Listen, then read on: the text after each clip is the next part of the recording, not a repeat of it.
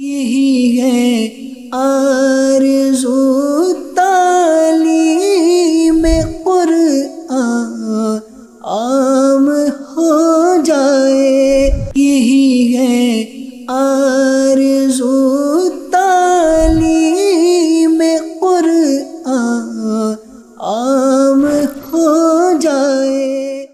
الحمدللہ رب العالمین والصلاة والسلام علی سید المرسلین، اما بعد فاعوذ باللہ من الشیطان الرجیم، بسم اللہ الرحمن الرحیم۔ الصلاة والسلام علیک یا رسول اللہ وعلی آلک واصحابک یا حبیب اللہ۔ الصلاة والسلام علیک یا نبی اللہ وعلی آلک واصحابک یا نور اللہ۔ الحمدللہ عز وجل، پھر ہم ایک مرتبہ اپنے ویورز اور درشک کے لیے بہت ہی معلوماتی پروگرام، قرآنی معلوماتی پروگرام جس کا نام ہے قرآنی صورتوں کا تعارف، یہ لے کر حاضر ہوئے ہیں، اور الحمدللہ ہم آپ کو اپنے اس پروگرام قرآنی صورتوں کا تعارف میں خوش آمدید کہتے ہیں، مرحبا کہتے ہیں، ویلکم کہتے ہیں۔ جی محترم ایف جی این چینل کے ناظرین، الحمدللہ اس پروگرام یعنی قرآنی صورتوں کا تعارف کے اندر ہم کسی ایک صورت کو ٹاپک بناتے ہیں، اور اس صورت کے جو فضائل احادیث طیبہ میں ذکر ہوئے ہیں اس کو بیان کرتے ہیں۔ اس صورت کے جو مضامین ہیں، یعنی اس صورت کے اندر جو قرآنی واقعات بیان ہوئے ہیں، جو مسائل بیان ہوئے ہیں، جو مضامین بیان ہوئے ہیں، جو احکام بیان ہوئے ہیں، جو پچھلی امتوں کے واقعات بیان ہوئے ہیں، اس کو بھی ہم اس پروگرام کے اندر جاننے کی، سننے کی کوشش کرتے ہیں۔ تو انشاءاللہ الکریم آج بھی ہم اپنے اس پروگرام قرآنی صورتوں کے تعارف میں ایک صورت کو ٹاپک بنائیں گے، اور اس صورت کے فضائل اور صورت کے جو بھی مضامین ہیں انشاءاللہ الکریم اس کو جاننے کی کوشش کریں گے۔ آئیے سب سے پہلے درود شریف کے متعلق فضیلت سن لیتے ہیں۔ اللہ پاک کے پیارے نبی، آخری نبی، رسول ہاشمی محمد عربی صلی اللہ تعالی علیہ وآلہ وسلم کا فرمان برکت نشان ہے، تم اپنی مجلسوں کو مجھ پر درود پاک پڑھ کر آراستہ کرو کہ تمہارا درود پاک پڑھنا کل بروز قیامت تمہارے لیے نور ہوگا۔ سبحان اللہ، صلو علی الحبیب صلی اللہ تعالی علی محمد صلی اللہ تعالی علیہ وآلہ وسلم۔ جی ایف جی این چینل کے ناظرین، الحمدللہ ہم آپ کے لیے بہت ہی پیارا، انٹرسٹنگ اور انفارمیٹیو معلوماتی پروگرام قرآن پاک کے حوالے سے یہ لے کر حاضر ہوئے ہیں۔ اگر آپ 20-25 منٹ آپ ہمیں سنیں گے تو انشاءاللہ الکریم قرآنی معلومات آپ اپنے علم میں اضافہ کرنے میں آپ کامیاب ہو جائیں گے انشاءاللہ الکریم۔ اگر آپ توجہ کے ساتھ ہماری اس پروگرام کے اندر شامل رہیں گے تو قرآنی جو معلومات ہیں وہ آپ کے ہاتھ آئیں گی، تو ہمارے ساتھ توجہ کے ساتھ آپ شامل رہیے۔ آئیے آج ہمارا ٹاپک ہے، جو صورت ہم نے آج لی اپنے پروگرام کے اندر، وہ ہے سورہ توبہ، ٹھیک ہے؟ تو سب سے پہلے آئیے ہم جانتے ہیں کہ سورہ توبہ کا مقام نزول کیا ہے۔ سورہ توبہ یہ قرآن پاک کی جو صورت ہیں، یہ 10ویں پارے میں شروع ہوتی ہے اور 11ویں پارے میں جا کر ختم ہوتی ہے۔ سورہ توبہ یہ کہاں پر نازل ہوئی؟ سورہ توبہ یہ مدنیہ ہے، یعنی ہجرت کے بعد یہ صورت نازل ہوئی ہے، مگر اس کی جو آخری آیات ہے، لَقَدْ جَاءَكُمْ رَسُولٌ مِّنْ أَنفُسِكُمْ، آخر تک یہ جو آخری آیات ہے سورہ توبہ کی، اس کے بارے میں یہ آتا ہے، بعض علماء کا کہنا ہے کہ یہ مکی ہے، یعنی ہجرت سے پہلے نازل ہوئی۔ آقا علیہ الصلوۃ والسلام نے جو مکے سے مدینے کی طرف ہجرت فرمائی، ٹھیک ہے، جو صورت ہجرت سے پہلے نازل ہوئی وہ صورت مکیہ کہلائی، مکی کہلائی، اور جو صورت ہجرت کے بعد نازل ہوئی، یعنی آقا علیہ الصلوۃ والسلام نے جب مکے سے مدینے کی طرف ہجرت کری تو جو ہجرت کے بعد صورت نازل ہوئی، جو آیات نازل ہوئی، ٹھیک ہے، تو وہ صورت مدنیہ کہلائی، مدنی کہلائی۔ اب آئیے جانتے ہیں کہ اس سورہ توبہ کے اندر رکوع اور آیات کی تعداد کتنی ہیں۔ تو اس صورت میں 16 رکوع اور 129 آیتیں ہیں۔ اب آئیے جانتے ہیں کہ سورہ توبہ کے توبہ نام رکھنے کی وجہ کیا ہے، سورہ توبہ کو توبہ کیوں کہا جاتا ہے، اس سورت کا نام سورہ توبہ کیوں پڑا، کیوں رکھا؟ تو اس سورت کی یوں تو کتابوں کے اندر 10 نام ملتے ہیں، 10 سے زیادہ نام ملتے ہیں، مگر ان میں سے یعنی 10 سے زیادہ ناموں میں سے دو نام یہ بڑے مشہور ہے اس سورت کے۔ نمبر 1، اس سورت کو سورہ توبہ کہا جاتا ہے کیونکہ اس سورت کے اندر کثرت سے توبہ کا ذکر کیا گیا ہے، توبہ کا بیان آیا ہے، اسی وجہ سے اس کو سورہ توبہ کہتے ہیں۔ دوسرا جو نام ہے وہ ہے براءت، یہاں اس کا معنی بری الذمہ ہونا ہے، یعنی اس سورت کو سورہ براءت بھی کہا جاتا ہے۔ اچھا، آپ نے محترم FGN چینل کے ناظرین، جب آپ قرآن پاک پڑھتے ہیں تو یوں تو ہر سورت کے ابتدا میں، شروع میں، اسٹارٹ میں بسم اللہ الرحمن الرحیم لکھی ہوئی ہوتی ہے، ہر سورت کے شروع میں آپ نے دیکھا ہوگا، مگر ایک سورت ایسی ہے کہ اس سورت کے شروع میں بسم اللہ شریف لکھی ہوئی نہیں ہوتی، اور وہ سورت کون سی ہے؟ یہی وہ سورت ہے سورہ براءت اور سورہ توبہ، ٹھیک ہے؟ یہی سورہ توبہ ہے کہ اس کے شروع میں بسم اللہ شریف نہیں لکھی گئی ہے۔ تو کیوں نہیں لکھی گئی؟ اس کی وجہ کیا ہے؟ تو آئیے ہم جانتے ہیں۔ کتابوں کے اندر آتا ہے کہ اس سورت کے شروع میں بسم اللہ نہیں لکھی گئی، اس کی اصل وجہ یہ ہے کہ حضرت جبرائیل علیہ السلام اس سورت کے ساتھ بسم اللہ لے کر نازل ہی نہیں ہوئے تھے، اور نبی کریم صلی اللہ تعالی علیہ وآلہ وسلم نے بسم اللہ لکھنے کا حکم نہیں فرمایا، اس وجہ سے اس سورت کے شروع میں بسم اللہ نہیں لکھی گئی ہے۔ اچھا، اسی طریقے سے اس سورت کے بارے میں آتا ہے کہ صحیح بخاری میں کہ حضرت برا رضی اللہ تعالی عنہ سے روایت ہے کہ قرآن کریم کی سورتوں میں سب سے آخری سورت سورہ توبہ نازل ہوئی۔ قرآن کریم کی 114 سورتیں ہیں، 114 سورتیں ہیں، تو تمام سورتوں میں سب سے لاسٹ میں جو سورت نازل ہوئی ہے، سب سے آخر میں جو سورت نازل ہوئی ہے وہ سورہ توبہ نازل ہوئی ہے، جس کا آج ہم ذکر کر رہے ہیں اور اس کا تعارف جاننے کی کوشش کر رہے ہیں۔ تو دیکھیں میرے محترم اور FGN چینل کے ناظرین، آپ اس پروگرام کو آپ نے دیکھیں کنٹینیو کرا ہے، آپ دیکھ رہے ہیں، تو آپ کو یہ سب جانکاری حاصل کرنے کا موقع مل رہا ہے اس پروگرام کے ذریعے سے۔ مزید جانتے ہیں سورہ توبہ کے فضائل کیا ہیں۔ ہم آپ کو چونکہ سورت کے تعارف کے ساتھ ساتھ اس سورت کے جو فضائل احادیث طیبہ میں ذکر ہوئے ہوتے ہیں اس کو بھی بیان کرتے ہیں، تاکہ ہمارے FGN چینل کے ناظرین کو اس سورت کے پڑھنے کا ذہن بنے۔ انسان کیا ہے؟ ثواب کا حریص ہوتا ہے، بلکہ ہونا بھی چاہیے، ثواب کا لالچی ہوتا ہے۔ انسان کیسا ہے کہ جہاں اس کو پروفٹ نظر آتا ہے، نفع نظر آتا ہے، وہیں پر وہ ہاتھ ڈالتا ہے، جہاں پر اس کو نقصان نظر آتا ہے بندہ وہاں پر ہاتھ نہیں ڈالتا۔ تو اب ہماری ایک سوچ بنی ہوئی ہوتی ہے، ایک تھنکنگ بنی ہوئی ہوتی ہے کہ مجھے کوئی ایسی سورت بتاؤ کہ جس کے پڑھنے سے میرے رزق میں برکت ہوتی ہو، مجھے ایسی کوئی سورت بتائیے کہ جس کے پڑھنے سے گھر کے اندر جادو جنات وغیرہ کے معاملات جو ہے وہ ختم ہو جائیں، مجھے کوئی ایسی سورت، کوئی ایسا وظیفہ بتائیے، کوئی ایسی آیت بتائیے کہ جو ساس بہو میں جھگڑا ہوتا رہتا ہے وہ ختم ہو جائے، میاں بیوی کے اندر جو جھگڑا ہوتا ہے وہ ختم ہو جاتا ہے۔ ایک لوگوں کو جاننے کی کوشش ہوتی ہے، تو اس لیے ہم ساتھ ساتھ میں سورت کے تعارف کے ساتھ ساتھ سورت کے فضائل بھی بیان کرتے ہیں، تاکہ اس کی جو فضیلتیں ہیں ہمارے FGN چینل کے ناظرین کا ذہن بنے کہ چلیں بھائی آج ہم نے قرآن سورتوں کے تعارف پروگرام کے اندر، FGN چینل کے پروگرام کے اندر ہم نے یہ سورت کے فضائل سنے، تو چلیں ہم انشاءاللہ الکریم اس سورت کو پڑھنے کا اپنا معمول بنائیں گے۔ تو آئیے ہم سورہ توبہ کے چند فضائل سنتے ہیں۔ حضرت علی المرتضی شیر خدا کرم اللہ تعالی وجہ الکریم سے روایت ہے کہ نبی کریم صلی اللہ تعالی علیہ وآلہ وسلم نے ارشاد فرمایا کہ منافق سورہ ہود، سورہ توبہ، سورہ یاسین، سورہ دخان اور سورہ نبا کو یاد نہیں کر سکتا، ٹھیک ہے؟ یہ منافق ان سورتوں کو یاد نہیں کر سکتا، یعنی کہ مومن کے دل میں یہ سورتیں اتریں گی، مومن ہی ان سورتوں کو یاد کر پائے گا، منافق کے دل کے اندر یہ سورت نہیں اترے گی، اس کو یاد نہیں ہو پائیں گی۔ کیا بات ہے، ماشاءاللہ۔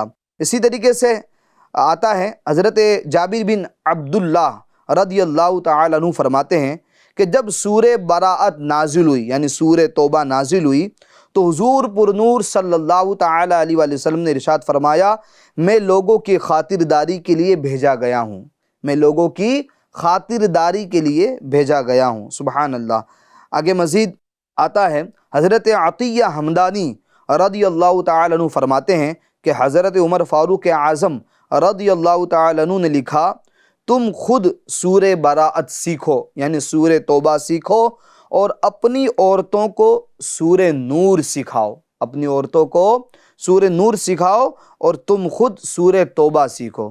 تو میرے محترم اور FGN چینل کے ناظرین، آپ نے دیکھا سورہ توبہ کے حوالے سے، اس کی فضیلت کے حوالے سے آپ نے سنا کہ سورہ توبہ یہ ہمیں پڑھنی چاہیے، ہمیں اس کے اندر جو احکام بتائے گئے ہیں وہ سیکھنے چاہیے، جو مسائل اس کے اندر بیان ہوئے اس کو جاننے کی کوشش بھی کرنی چاہیے، اور وقتاً فوقتاً ان صورتوں کو بھی ہمیں پڑھنا چاہیے۔ عام طور پر محترم اور FGN چینل کے ناظرین، ہوتا یوں ہے کہ ہمارے اندر ایک کانسیپٹ پایا جاتا ہے، یہ سوچ پائی جاتی ہے، بس جو ہم لگی بندھی صورتیں ہوتی ہے وہی پڑھتے ہیں، جیسا کہ سورہ یاسین شریف پڑھ لی، سورہ ملک کی تلاوت کر لی، اسی طریقے سے سورہ واقعہ ہے، سورہ رحمان ہے، سورہ دخان ہے، ٹھیک ہے، سورہ اخلاص ہے، چند صورتیں ہیں جن کی ہم تلاوت کرتے رہتے ہیں، عام طور پر دیکھا جاتا ہے۔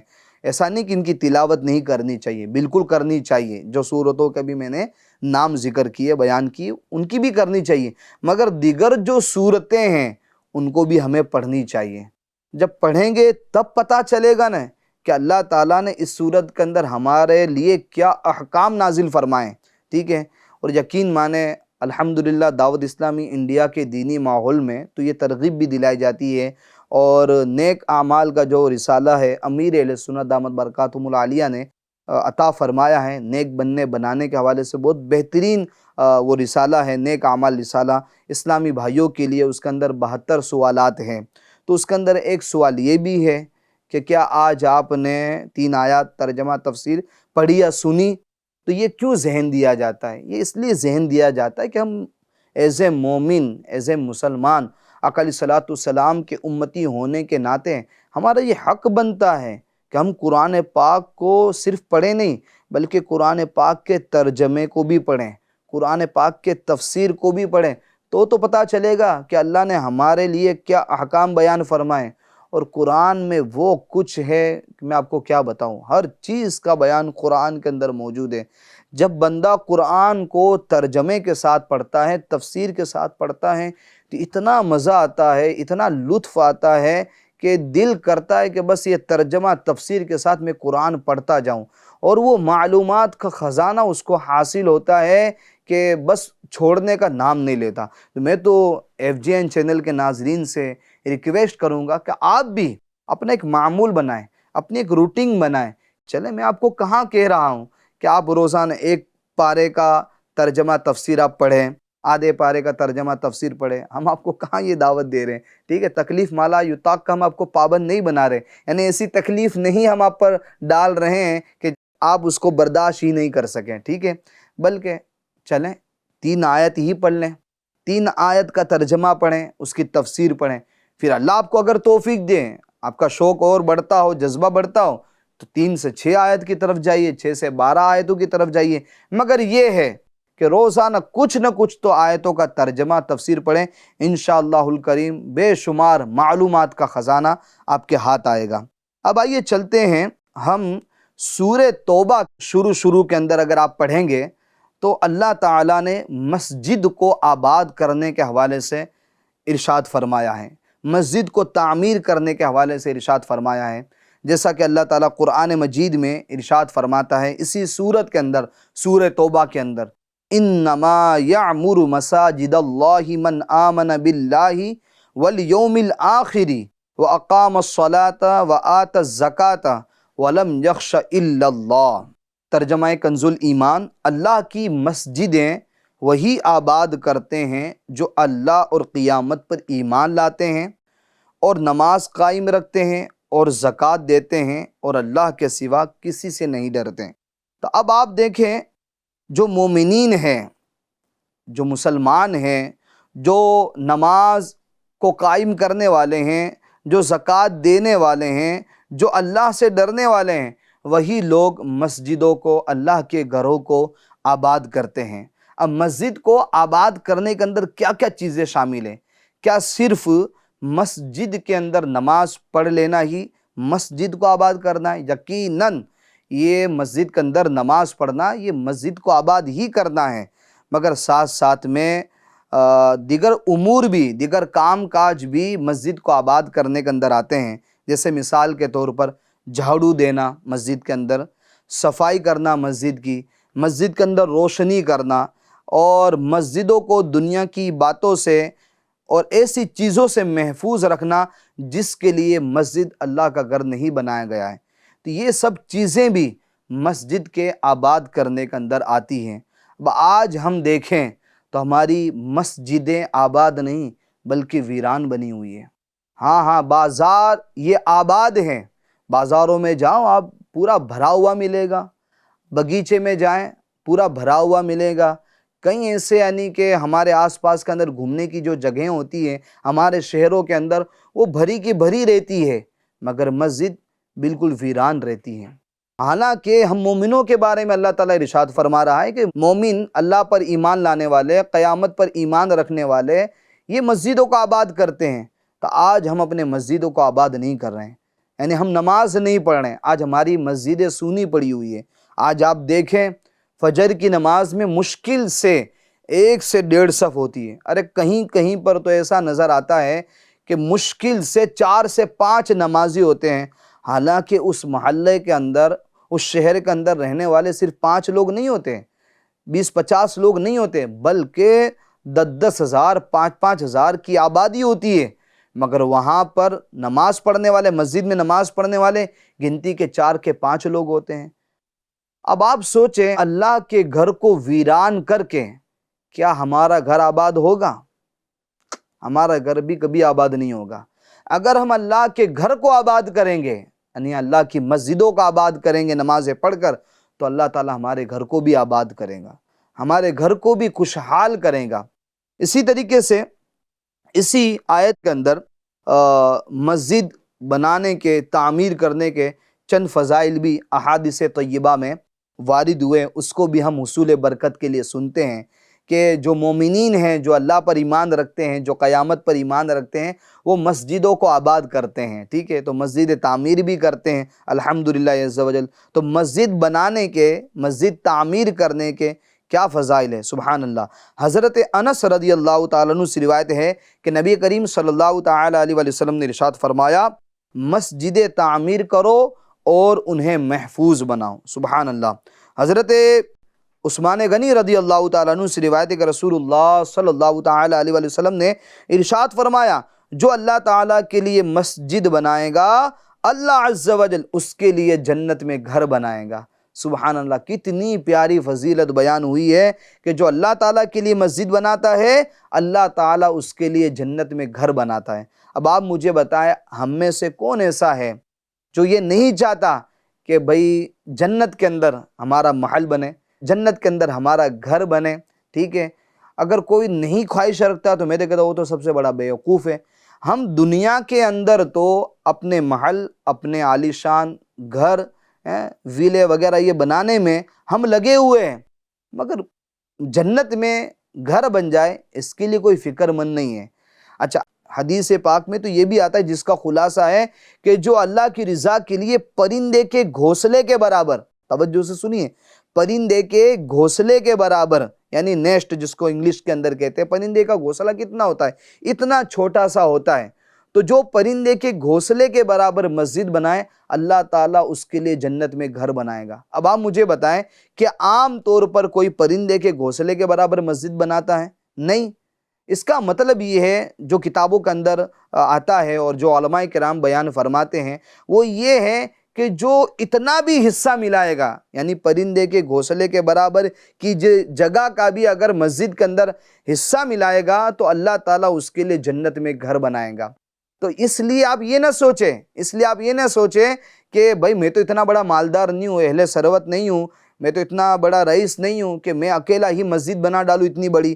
نہیں، اگر آپ کے پاس ایک اینٹ دینے کی طاقت ہے مسجد کے اندر، آپ ایک اینٹ ہی دے دیجئے۔ ایک سیمنٹ کی بوری دینے کی آپ کے پاس طاقت ہے، آپ ایک سیمنٹ کی بوری ہی دے دیجئے۔ ہاں، یہ اتنا حصہ بھی ملانا اگر اللہ کی بارگاہ میں قبول ہو گیا، ٹھیک ہے، اخلاص کے ساتھ آپ نے اتنا حصہ بھی ملایا، تو انشاءاللہ الکریم جنت میں آپ محل کے حقدار ہو گئے۔ الحمدللہ دعوت اسلامی انڈیا کا ایک ڈپارٹمنٹ خدام المساجد والمدارس بھی ہے۔ الحمدللہ دعوت اسلامی کئی جگہوں پر، کئی شہروں میں جہاں پر ضرورت ہوتی ہے، کئی ایسی نئی نئی سوسائٹیز بن رہی ہوتی ہے، وہاں پر مسجد کی ضرورت ہوتی ہے، تو الحمدللہ دعوت اسلامی انڈیا کا یہ شعبہ خدام المساجد والمدارس مسجدیں بنا رہا ہوتا ہے۔ تو آپ کے اپنے شہر کے اندر، آپ اپنے ڈسٹرکٹ کے اندر، آپ اپنے صوبے کے اندر، راجیہ کے اندر دیکھیں، آپ کے آس پاس میں، آپ کے قریب کے اندر کہیں دعوت اسلامی انڈیا کی مسجد بن رہی ہے کہ نہیں بن رہی ہے؟ اگر بن رہی ہے تو آپ ضرور وہاں پر تعاون فرمائیں۔ اب آپ سوچیں کہ بھائی مسجد کوئی میرے محلے میں تھوڑی بن رہی ہے، میں تو جس محلے میں رہتا ہوں وہاں تو آلریڈی پہلے سے مسجد ہے، میں تھوڑا بہت تو تعاون دیتا ہی رہتا ہوں۔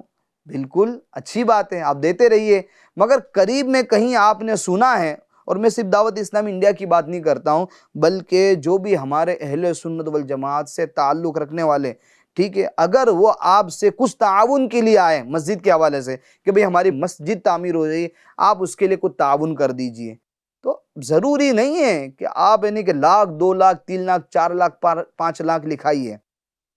سیمنٹ کی ایک بوری کی رقم تو آپ دیکھ سکتے ہیں نا، سیمنٹ کے ایک بوری کی جو رقم مجھے جو یاد پڑتا ہے کہ تقریباً 500 روپے یا 400، 450، زیادہ سے زیادہ 500 تک کی ایک سیمنٹ کی بوری آتی ہوگی، تو آپ 500 روپے لکھا دیں، کیونکہ اللہ تعالیٰ کی بارگاہ میں تو وہ چیز تھوڑی پہنچتی ہے، اللہ کی بارگاہ میں تو اخلاص دیکھا جاتا ہے، تقوی دیکھا جاتا ہے۔ اللہ تعالیٰ قرآن مجید میں ارشاد فرماتا ہے لَن يَنَالَ اللَّهَ لُحُومُهَا وَلَا دِمَاؤُهَا وَلَكِنْ يَنَالُهُ التَّقْوَىٰ مِنكُمْ، کہ ہرگز تمہارا یہ قربانی کا جو خون ہے، قربانی کا گوشت ہے، یہ اللہ کی بارگاہ میں نہیں پہنچتا، بلکہ وَلَكِنْ يَنَالُهُ التَّقْوَىٰ مِنكُمْ، بلکہ تمہارا دلوں کا جو تقوی ہے یعنی اخلاص ہے وہ اللہ کی بارگاہ میں پہنچتا ہے۔ تو اللہ تو دل دیکھتا ہے، ٹھیک ہے، کہ آپ کتنے سچے دل سے اللہ کے گھر کے اندر تعاون کر رہے ہیں۔ تو نیت کریں کہ انشاءاللہ جہاں بھی دعوت اسلام انڈیا مسجد بنا رہی ہوگی اور اس کے مبلغ اگر تعاون کے لیے، مدد کے لیے آپ کے پاس آئے، آپ کے کانٹیکٹ میں آئے، آپ کو پتہ چلے،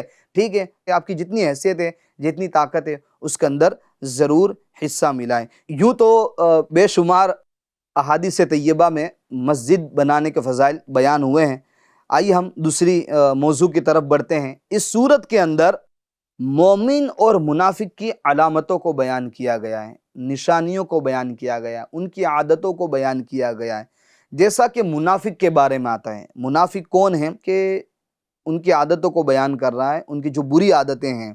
المنافقون والمنافقات بعضهم من بعض یأمرون بالمنکر وینہون عن المعروف وَيَقْبِضُونَ أَيْدِيَهُمْ، منافق مرد اور منافق عورتیں یہ ایک ہی تھیلی کے چٹے بٹے ہیں، یعنی آپس میں بھائی بھائی یہ لوگ، ٹھیک ہے، یہ لوگ کیا کرتے ہیں؟ برائی کا حکم دیں اور بھلائی سے منع کرتے ہیں۔ یہ منافق کی عادت بیان ہو رہی ہے، منافق کی نشانی بیان ہو رہی ہے کہ منافق مرد اور منافق عورتیں یہ کیا کرتے ہیں، ٹھیک ہے، کہ یہ برائی کا حکم دیتے ہیں اور بھلائی سے منع کرتے ہیں، یعنی جو بھلائی کے کام ہیں، نیکی کے کام ہیں، اس سے روکتے ہیں اور برائی کا حکم دیتے ہیں، برائی کی طرف ان کو دھکیلتے ہیں۔ تو یہ کس کی علامت بیان ہو رہی ہے، کس کی نشانی بیان ہو رہی ہے، عادت بیان ہو رہی ہے؟ جو منافقین ہیں ان کی بیان ہو رہی ہے۔ اور اپنی مٹھی بند رکھیں، یعنی وہ اللہ کی راہ میں خرچ نہ کریں، کنجوسی سے کام لیں، بخل سے کام لیں۔ بعض تو ایسے ہوتے ہیں جن کا رائے خدا میں دینے کا بڑا ذہن ہوتا ہے، اللہ کی راہ میں خرچ کرنے کا، صدقہ کرنے کا، خیرات کرنے کا، مگر ایک تعداد یہ ڈر سے نہیں دیتی کہ میں خود غریب ہوں یار، مجھے تو خود ضرورت ہے، میں کیا دوسروں کو صدقہ خیرات کروں، بلکہ اگر کوئی مجھے صدقہ خیرات دے کے چلا جائے تو میں لے لوں گا، ٹھیک ہے، ایک ایسی ہماری سوچ بنی ہوئی تھی۔ تو نہیں، ہمیشہ اللہ تعالیٰ کو یہ ہاتھ پسند ہے، یعنی دینے والا، لینے والا نہیں، ٹھیک ہے، ہمیشہ اپنی سوچ دینے والی بنائیے، لینے والی نہ بنائیے۔ آپ دیتے رہیں گے انشاءاللہ کبھی بھی یہ والی نوبت نہیں آئے گی، یعنی مانگنے والی نوبت نہیں آئے گی، آپ کسی کے محتاج نہیں ہوگے۔ تو یہ منافق کی عادت بیان کی جا رہی ہے، منافق کی نشانی بیان کی جا رہی ہے کہ یہ اپنے مٹھی بند رکھتے ہیں، یعنی رائے خدا میں خرچ نہیں کرتے، کنجوسی سے کام لیتے ہیں، بخل سے کام لیتے ہیں۔ ارے میں اس پر تو کیا بات کروں، رائے خدا میں تو خرچ کرنے کے بعد دور کی بات، بعض تو ایسے بھی بخیل اور کنجوس دیکھے گئے ہیں کہ جو رائے خدا میں خرچ کرنے تو بڑی دور کی بات، اپنے گھر والوں پر خرچ نہیں کرتے ہیں، ارے اپنے آپ پر خرچ نہیں کرتے ہیں. ارے میرے بھائی تو اتنا کما رہا ہے، ٹھیک ہے، اتنی سیلری تیری آ رہی ہے، اتنی تنخواہ آ رہی ہے، اتنی پگار آ رہی ہے، تھوڑے اپنے بچوں پر خرچ کر، اپنی وائف پر خرچ کر، اپنے ماں باپ پر خرچ کر، تھوڑا اپنے آپ پر خرچ کر. یہ دبا دبا کے دولت کہاں لے کر جائے گا؟ ٹھیک ہے، تو ایسا نہیں ہونا چاہیے. ہاتھ ہمیں کھلا رکھنا چاہیے اپنے گھر والوں پر بھی اور اپنے آپ پر بھی. خیر، آگے اگر ہم بات کریں تو مومن کی کیا نشانی ہے؟ مومنوں کے بارے میں اللہ تعالیٰ فرماتا ہے والمؤمنون والمؤمنات بعضهم اولیاء بعض یأمرون بالمعروف وینہون عن المنکر ویقیمون الصلاة ویؤتون الزکاة ویطیعون اللہ ورسولہ. اور مسلمان مرد اور مسلمان عورتیں یہ ایک دوسرے کے رفیق ہیں، ایک دوسرے کے بھائی ہیں. کیا کرتی ہیں؟ بھلائی کا حکم دیتے ہیں اور برائی سے منع کرتے ہیں، ٹھیک ہے، اور نماز قائم رکھتے ہیں اور زکوٰۃ دیتے ہیں اور اللہ و رسول کا حکم مانتے ہیں. اب دیکھیں، پیچھے میں نے منافقین کی عادات کو بیان کیا. کیا؟ برائی کی طرف حکم دیتے ہیں اور بھلائی سے منع کرتے، بھلائی سے روکتے ہیں. تو یہ منافق لوگوں کی علامات ہے. اور مومن کون ہوتا ہے؟ مومن وہ ہوتا ہے جو بھلائی کا حکم دیتا ہے اور برائی سے منع کرتا ہے. معذرت کے ساتھ آج ہم اپنے معاشرے کے اندر دیکھیں، ہمارے سماج کے اندر دیکھیں، ہماری فیملی کے اندر دیکھیں، تو جو بچہ دعوت اسلامی انڈیا کے دینی ماحول سے وابستہ ہوتا ہے، دعوت اسلامی کے اجتماع میں آنا شروع ہوتا ہے، دعوت اسلامی کے مدنی قافلوں میں سفر کرنا شروع کرتا ہے، یا دعوت اسلامی کے جو بھی دینی کام ہے اس میں حصہ ملاتا ہے، یا نمازی بن گیا ہے، یا چہرے پر اس نے دھاڑی رکھ لی ہے، یا سر پر امامہ سجا لیا ہے. اب جو گھر والے اس کو تانا دے رہے ہوتے ہیں، مولوی بن کے کیا کرے گا؟ بھوکا مرے گا، بھوکا مرے گا اگر مولوی بنے گا تو. یہ کیا؟ ابھی تو عیش و عشرت کے دین ہے، ابھی تو کیا بولتے ہیں جوانی کے دین ہے، دیوانی کے دین ہے، اور ابھی سے تو نے دھاڑی رکھ لی ہے، ابھی سے سر پہ ٹوپی سجا لی ہے. معاذ اللہ، ہم نے یہ ایسے قصے اور واردات اپنی آنکھوں سے بھی دیکھی ہے اور اپنے کانوں سے بھی سنی ہے. گھر والے ماں باپ اپنے بچوں کی دھاڑیاں منڈوا دیتے ہیں، ان کے سروں سے ٹوپیاں اتروا دیتے ہیں، ان کے سروں سے امامے اتروا دیتے ہیں، ان کے جو نمازوں کے پابند ہو رہے ہوتے ہیں ان سے نماز چھڑوا دیتے ہیں. یہ کس کیٹیگری میں آئیں گے؟ کس کیٹیگری میں آئیں گے؟ یہ تو منافق کی کیٹیگری میں آئیں گے کہ آپ اس کو بھلائی کے کاموں سے روک رہے ہو، آپ اس کو نماز سے روک رہے ہو، سنت رسول سے روک رہے ہو، اس کو ٹوپی پہننے سے روک رہے ہو، اللہ اکبر، نیکی کے کاموں سے روک رہے ہو. ایسا کبھی نہیں ہونا چاہیے. ایک بات یاد رکھیے گا، جو نیک بنتا ہے اس کو نیک بننے دیجیے، جو نمازی بنتا ہے اس کو نمازی بننے دیجیے، جو سنت رسول رکھتا ہے اس کو سنت رسول رکھنے دیجیے، جو اچھے ماحول سے وابستہ ہو رہا ہے اس کو ہونے دیجیے، جو اچھے لوگوں کے ساتھ، نیک لوگوں کے ساتھ اٹھتا بیٹھتا ہے اس کو اٹھنے بیٹھنے دیجیے. ایسے الٹے سیدھے تانے مت دیجیے کہ تو دھاڑی رکھ لے گا تیرا رشتہ کہاں سے آئے گا. ارے یار، رشتہ کوئی یہاں سے بنتا ہے؟ رشتہ تو اللہ تعالیٰ کی طرف سے بن کر آتا ہے. یہ کس نے کہہ دیا کہ بھئی جو دھاڑی رکھ لے گا، جو مولوی بن جائے گا تو وہ کنوارا رہ جائے گا؟ آپ مجھے بتاؤ، جتنے بھی امام آپ کو نظر آتے ہیں، علماء نظر آتے ہیں، کہ سب یہ کنوارے ہیں؟ کیا ان کی شادیاں نہیں ہوئی ہیں؟ بلکہ میں تو یہ کہوں گا کہ آرام سے عیش والی، آسائش والی، راحت والی زندگی یہ ہمارے علماء کرام گزار رہے ہوتے ہیں. جتنے جھگڑے دوسروں کے اندر ہو رہے ہوتے ہیں، اتنے تو جھگڑے ہمارے علماء اور ائمہ کے درمیان نہیں ہو رہے ہوتے ہیں. خیر، باتیں بہت ساری بتانے کے لیے، باقی میں نے یہ جو 2 آیات ابھی جو بیان کی، مومن اور منافق کی جو نشانی بیان کی ہے، کہ منافق وہ ہے جو برائی کی طرف لے جاتے ہیں اور بھلائی کے کاموں سے روکتے ہیں، اور مومن وہ ہیں جو نیکی کی طرف بلاتے ہیں اور برائی سے روکتے ہیں. اب آپ اور ہم غور کریں، سننے والے ایف جی این چینل کے ناظرین غور کریں کہ آپ کس کیٹیگری میں آ رہے بھائی. کیا آپ لوگوں کو برائی کی طرف بلاتے ہیں یا بھلائی کی طرف بلاتے ہیں؟ خیر، الحمدللہ دعوت اسلامی کا دینی ماحول آپ کے سامنے ہے. دعوت اسلامی انڈیا کے مبلغین یہ نیکی کی دعوت دیتے ہیں اور برائی سے منع کرتے ہیں.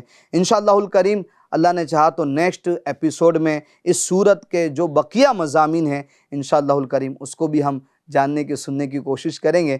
تب تک کے لیے آپ ہمیں اجازت دیجیے اور اپنا خیال رکھیے. اللہ تعالی ہمیں فیضان قرآن سے مالا مال فرمائے.